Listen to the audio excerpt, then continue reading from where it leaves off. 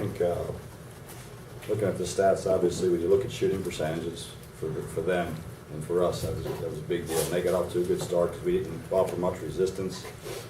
Once they got on a roll, we never really got it corralled, and we needed timely stops and timely baskets. We didn't get them. Give them a compliment. Those guys did a nice job, and they were very well balanced. If Jordan was as good as advertised, Dewey had a very good game. That really put us on our heels. You missed Jamel tonight, didn't you? Yeah, I mean, that's we do, but it is what it is. So you have to move on, and other guys have to step up and play.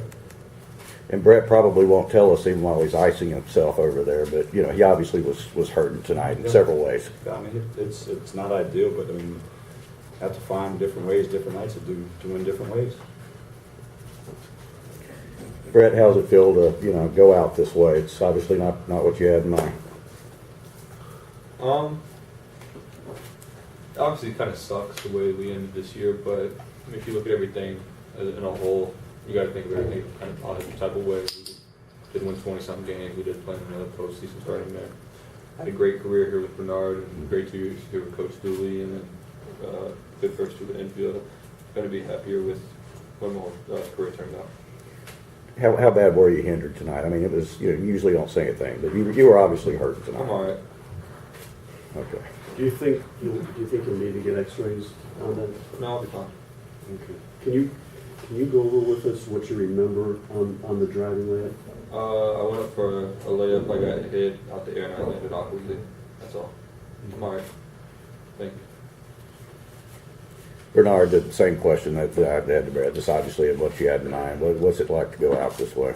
It's just kind of hurt, we lost our last 2 games here at home, but it was great 4 years here. Had fun, I enjoyed it. Kind of just time to move on now. It's in the past, just get ready for the next step. Joe, you got some sparks from Christian and even from Hovey a little bit tonight, so there are a couple of positive things out tonight, right? The way even, we hope to use some of the younger guys, especially with Mello out, and Moeller had a concussion in practice today, so he couldn't even dress, which I mean that's part of it. But I thought Christian did some good things. I thought Logan, I mean, the guys, we think Logan's going to be a good player. He just hasn't had much of an opportunity. He's got to stay healthy, and I think he needs this year. Even though he redshirted last year, he didn't practice. So, I mean, this has been an ongoing deal for him, and hopefully he'll stay healthy. And it's not an effort deal with him. He just needs some minutes. Brett, where do you see this program going? We asked this of Chase, obviously last year, and then, he's talking about we got some really good players coming back. How do you feel about the program out now that you're leaving it? No, I mean, I feel the same way. I feel like you do have a lot of good players coming back. I mean, Meach and Marquette and Trey and Moeller are really going to be great in the post for the team. And I think Julian's going to take the next step to be really be like the main guy offensively as a wing. And I think Christian also, I feel like he didn't really want to step on anybody's toes kind of a little bit. I think he's going to take a huge step for next year, and he's going to be a really great player along with Hovey. So I know Coach will have them playing the right way. Everything will be fine here, and we'll keep moving. You feel the same way, Bernard? Yeah, I agree with Brad. We have a lot of pieces next year. We have a lot of pieces coming in, and when guys get to learn their role, it'll be a great team. Coach, they made 9 of their first 11 shots. Mm-hmm. Did you think the defense was decent because they thought they got some decent looks and just made some good shots? I thought they took good shots, and I thought our defense wasn't where it should have been, especially early. And that's what bothers me more than anything. When you let people shoot 52%, you're building 44 from 3. Our defense carried us for a lot of things, and it's failed us the last couple of weeks, and that really bothers me. You switched to a zone, and then did you think when you rallied and cut it to 3 at halftime that you kind of weathered the storm at that point? I thought we did because we've been so bad, especially over the first 15 minutes of the half. I thought maybe now we'll get a little momentum, and then we don't get a loose ball first possession. It's done. The play's done. All we have to do is get the loose ball and give up points, just like the end of the Upstate, like the first half of the Upstate. That's where we start the second half of this game. Those are loose balls you have to come up. They don't come out. They don't end up in points. Changes momentum. That probably also had to be painful too because you had it cut to 42-37, missed 2 layups and 3 free throws. We we look at the amount of free throws and the amount of layups that we missed, and then you give up a high percentage on the other, and that's not a good recipe. Right. Joe, we'll obviously talk about this in a few days later, but just what are your overall thoughts at this point on how this season went? Obviously, a very disappointing end. And I think that's, no matter what you do, you're always remembered for the end. And we didn't finish right. That's not hard to see. And it's there, it's in front of you. You look at the stats, you look at the wins and losses. I think it's a disappointing end. I think we had some good spots. There were some things that we got better at.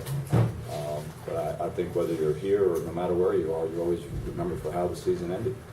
Why do you think it did end on a skid sort of like this? Do you think the guys were tired? I don't know. What do you There's no think? such thing as tired this time of year. I mean, everybody plays. I mean, this Kentucky tired is, you can't be tired. If you want to play, you line up, you play. And, you know, you have to defend, you have to take care of the ball, make some open shots. But anything about tired is, there's 351 programs, 351 programs are tired. Was there a common defensively? Was there a common denominator in the last 5 years? It was a big one, from the points per game, a field goal percentage defense, field goal percent, 3-point field goal percentage, and they shot 44 again tonight. So here's a team that was making 4.8 3-point field goals made per game, Right. and you know they go 8 for 18, but it's 44%. We're giving up 28% on the season, so there's 16% differential. Right. Anything else? Any impact the 30-second shot clock at all? Did you even notice it once? No, I thought it was fine. We like to play fast anyway, so. We practiced with it like the whole week, so it was fine. We were used to it. Not really. I mean, I don't think there was I don't think it's impacted it yet. I think there'll be different. You know, they're studying it, so it'll be interesting. Are you for it or against it?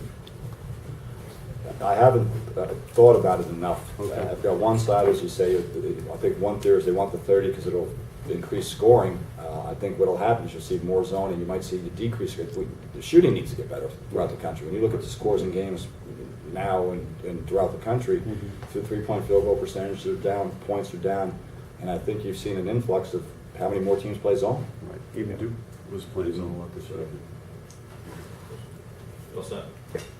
All right.